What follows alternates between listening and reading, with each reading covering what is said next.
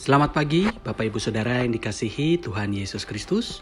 Berjumpa lagi dengan saya, Pendeta Nathaniel Valentino, di dalam persekutuan doa pagi pada hari ini, Selasa 18 Juli 2023. Sebelum kita membaca dan mendengarkan firman Tuhan, mari kita bersama-sama bernyanyi dari Kidung Jemaat 33, Suaramu Kudengar.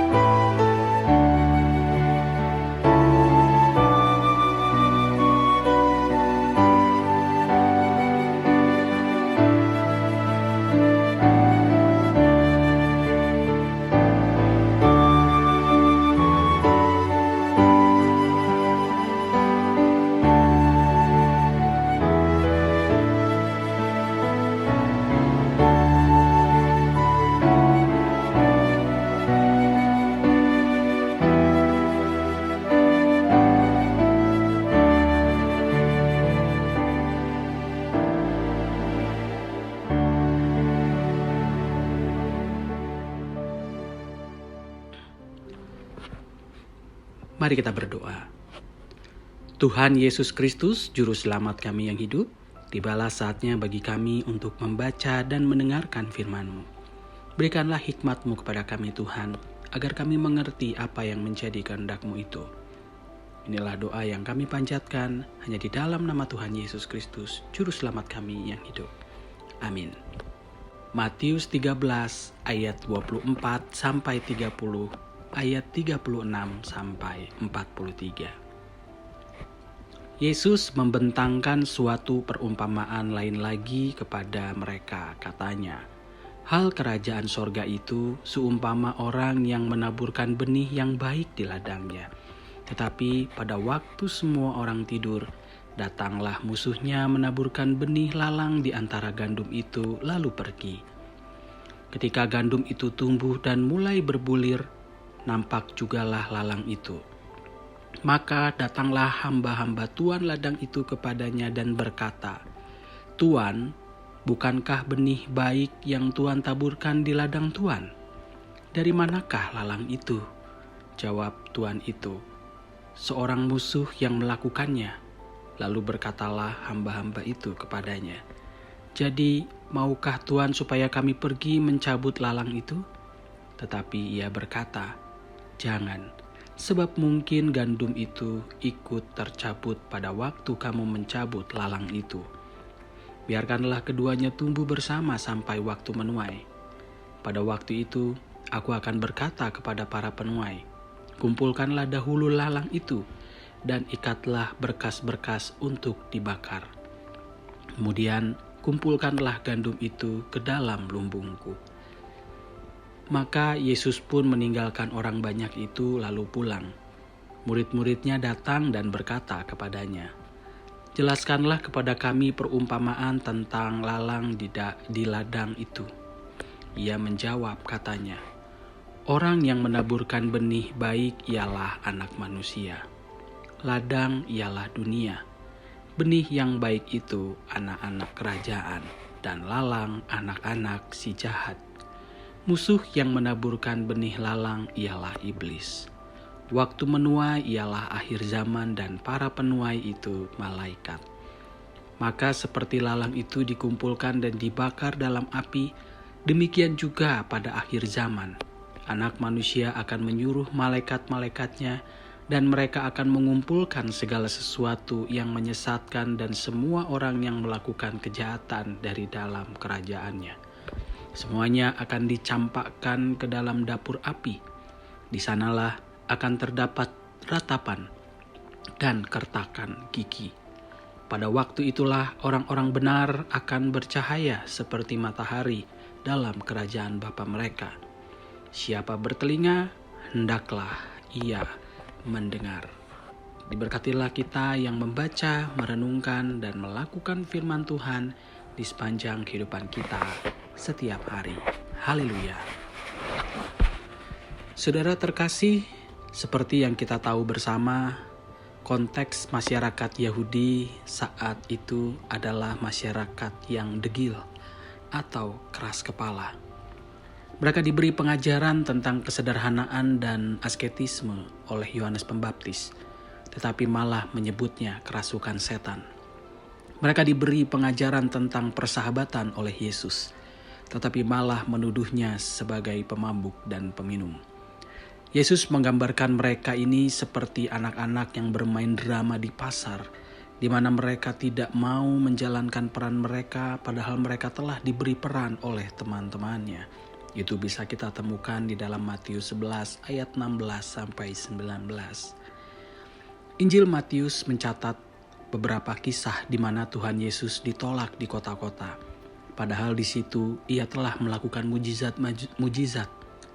Matius 11 ayat 20 sampai 24 mencatat kota-kota itu adalah Korazim, Betsaida, dan Kapernaum.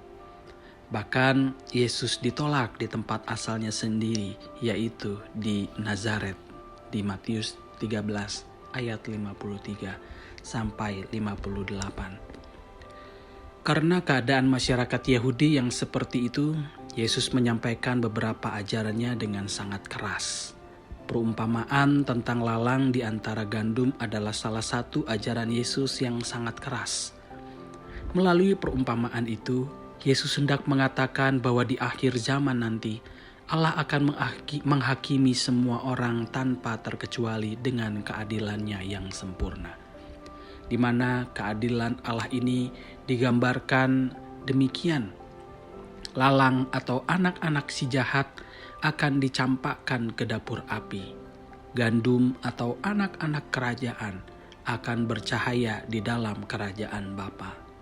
Sebelum hal itu terjadi, manusia memiliki kesempatan, atau di dalam bahasa Yunani biasanya disebut kairos, untuk menemukan suara Allah, supaya mereka bisa menjadi bagian dalam arak-arakan menghadirkan tanda-tanda kerajaan Allah di dunia ini.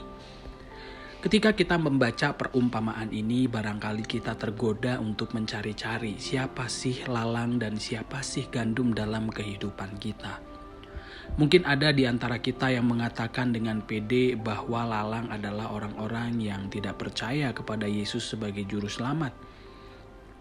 Gandum adalah orang-orang percaya yang telah menerima Yesus sebagai juru selamat. Saudaraku, sebetulnya bukanlah menjadi hal yang utama untuk kita mencari-cari siapakah lalang dan siapakah gandum, karena bukan itu maksud dari perumpamaan ini. Yang bisa menentukan siapakah lalang dan siapakah gandum adalah Allah sendiri, bukan kita. Dan itu terjadi di akhir zaman. Allah lah yang punya ukuran, Allah lah yang punya pandangan dan punya penilaian tentang siapakah yang lalang dan siapakah yang gandum. Kita adalah manusia yang terbatas, yang tidak bisa mengklaim diri kita bahwa kitalah yang sebenarnya gandum dan orang lain adalah lalang. Sama seperti penuai yang bisa membedakan mana lalang dan mana gandum saat panen tiba dari bulir-bulirnya, demikianlah Allah. Lalu, apa yang menjadi sorotan utama dari perumpamaan ini? Sebetulnya perumpamaan ini menjadi peringatan keras kepada kedua pihak. Pertama, kepada masyarakat Yahudi yang terus-menerus menentang. Kedua, kepada orang-orang yang mengikuti Yesus seperti murid-murid Yesus. Mereka yang terus menentang Yesus memperingatkan mereka untuk membuka hati dan mendengarkan ajarannya, karena Allah tidak segan-segan menindak mereka dengan keadilannya. Yesus berkata di dalam Matius 13 ayat 43, "Siapa bertelinga, hendaklah mendengar."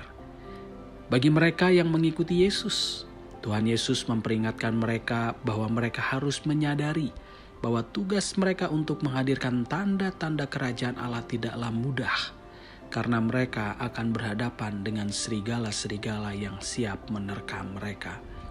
Mereka akan ditolak di kota-kota seperti Yesus. Ajaran-ajaran Yesus yang mereka sampaikan akan disesatkan orang demi kepentingan-kepentingan tertentu.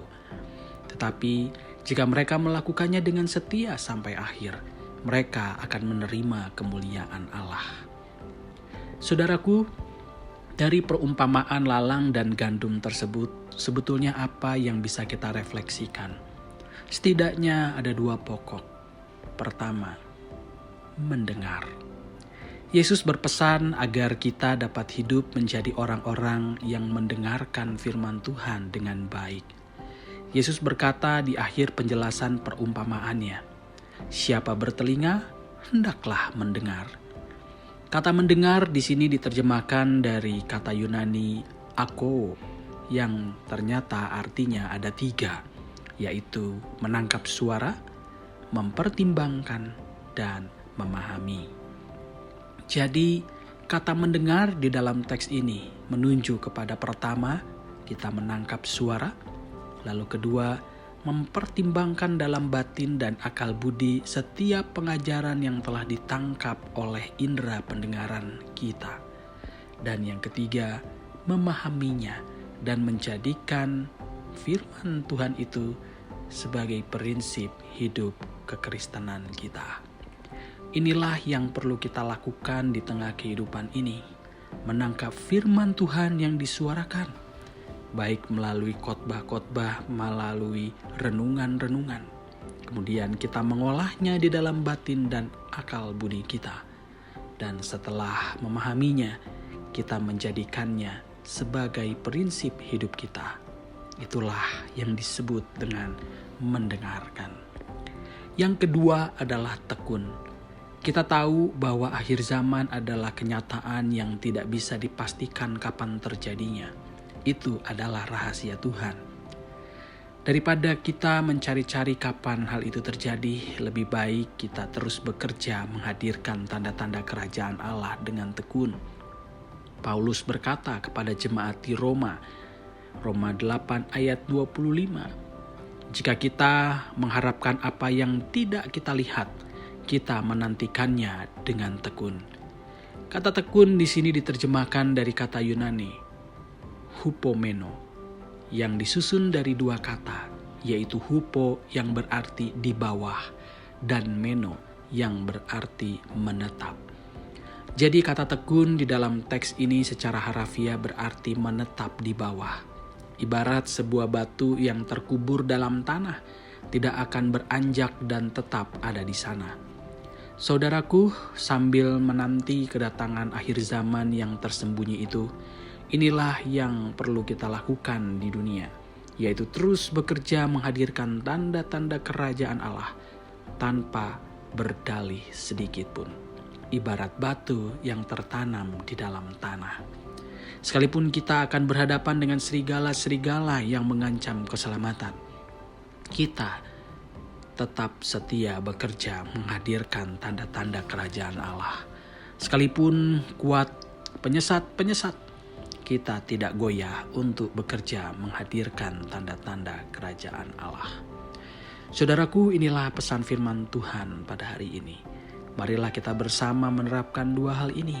Pertama, mendengar dalam pengertian menangkap firman Tuhan yang disampaikan kepada kita. Kemudian kita mengolahnya di dalam batin dan memahaminya, kemudian menjadikannya prinsip iman kita. Kedua, tekun bekerja menghadirkan tanda-tanda kerajaan Allah, sekalipun tantangan berat akan terus menghadang kita. Kiranya Tuhan menolong kita semua untuk menjadi pengikut-pengikutnya yang mendengar dan tekun. Amin. Mari kita bersatu di dalam doa. Tuhan Yesus Kristus, Juru Selamat kami yang hidup, di dalam persekutuan doa pagi hari ini Engkau mengingatkan kami kembali agar kami menjadi pengikut-pengikut-Mu yang mendengar dan tekun. Seringkali kehidupan kami terganggu oleh suara-suara lain yang mengalihkan perhatian kami dari kebenaran firman Tuhan. Kami memohon kepadamu Tuhan, agar Engkau di dalam Roh Kudus tak jemu-jemu untuk bersuara di dalam batin kami, agar kami bisa mendengar suara-Mu, menangkap suara-Mu, dan pada akhirnya mengerti apa yang menjadi kehendak-Mu itu. Ajarkan kami juga Tuhan untuk lebih tekun dalam menghadapi setiap tantangan hidup ini dengan terus berpegang kepada Tuhan. Kami tidak patah iman, kami mengandalkan Tuhan, dan kami mengerjakan apa yang Tuhan percayakan kepada kami untuk kami kerjakan. Betapa besar tantangan kami Tuhan, tetapi ketika Engkau berada di pihak kami, kami yakin dan percaya bahwa tantangan-tantangan itu bisa kami lalui. Tuhan Yesus Kristus, kami akan memulai aktivitas kami hari ini. Kami percaya Engkau akan menyertai dan membimbing kami, agar perjalanan kami dan apa yang kami lakukan semuanya di dalam naungan dan perlindungan Tuhan saja. Berkatilah pekerjaan tangan kami, agar pekerjaan tangan kami ini seturut dengan pekerjaan tangan-Mu. Kemana kami melangkahkan kaki kami mengikuti langkah kaki-Mu Tuhan. Bagi mereka yang pada hari ini masih bergumul dengan sakit penyakit, kami yakin bahwa Engkau akan memberikan kekuatan kepada mereka, keteguhan iman dan kepercayaan pada rancangan Tuhan yang indah, sehingga mereka tidak patah semangat dan terus berjuang dan beriman kepada Tuhan. Kami yakin bahwa rancangan Tuhan itu indah dan tidak ada yang mustahil bagi Tuhan untuk mendatangkan kesembuhan Biarlah itu bisa menjadi pengalaman dalam kehidupan mereka di mana Tuhan berkarya mendatangkan kesembuhan sesuai dengan rancangan Tuhan yang indah dan perkenanan Tuhan saja. Kami juga berdoa Tuhan bagi mereka yang berduka, sedang mengalami kesedihan karena ditinggalkan oleh orang-orang yang mereka kasihi. Kami yakin dan percaya bahwa mereka yang telah pergi dari kehidupan kami telah memiliki kehidupan yang kekal bersama dengan Tuhan ketika mereka beriman kepada Tuhan Yesus sebagai Juru Selamatnya. Kami yakin Tuhan akan menguatkan hati kami sehingga kami dapat melalui masa-masa duka ini dengan tetap berpegang pada rancangan Tuhan yang indah. Terima kasih Tuhan untuk pemeliharaan Tuhan di dalam kehidupan kami. Kami yakin dan percaya bahwa hari-hari kami akan Tuhan jaga. Segala kebutuhan kami akan Tuhan cukupkan sehingga kami tidak berkekurangan. Dan kami bisa melalui setiap tantangan bersama dengan Tuhan hari ini dan selama-lamanya. Terima kasih Tuhan untuk kebaikan-Mu. Inilah doa yang kami panjatkan hanya di dalam nama Tuhan Yesus Kristus, Juru Selamat kami yang hidup. Amin. Saudara terkasih, persekutuan doa pagi pada hari ini telah usai. Sampai jumpa di persekutuan doa pagi di minggu yang akan datang. Tuhan Yesus memberkati.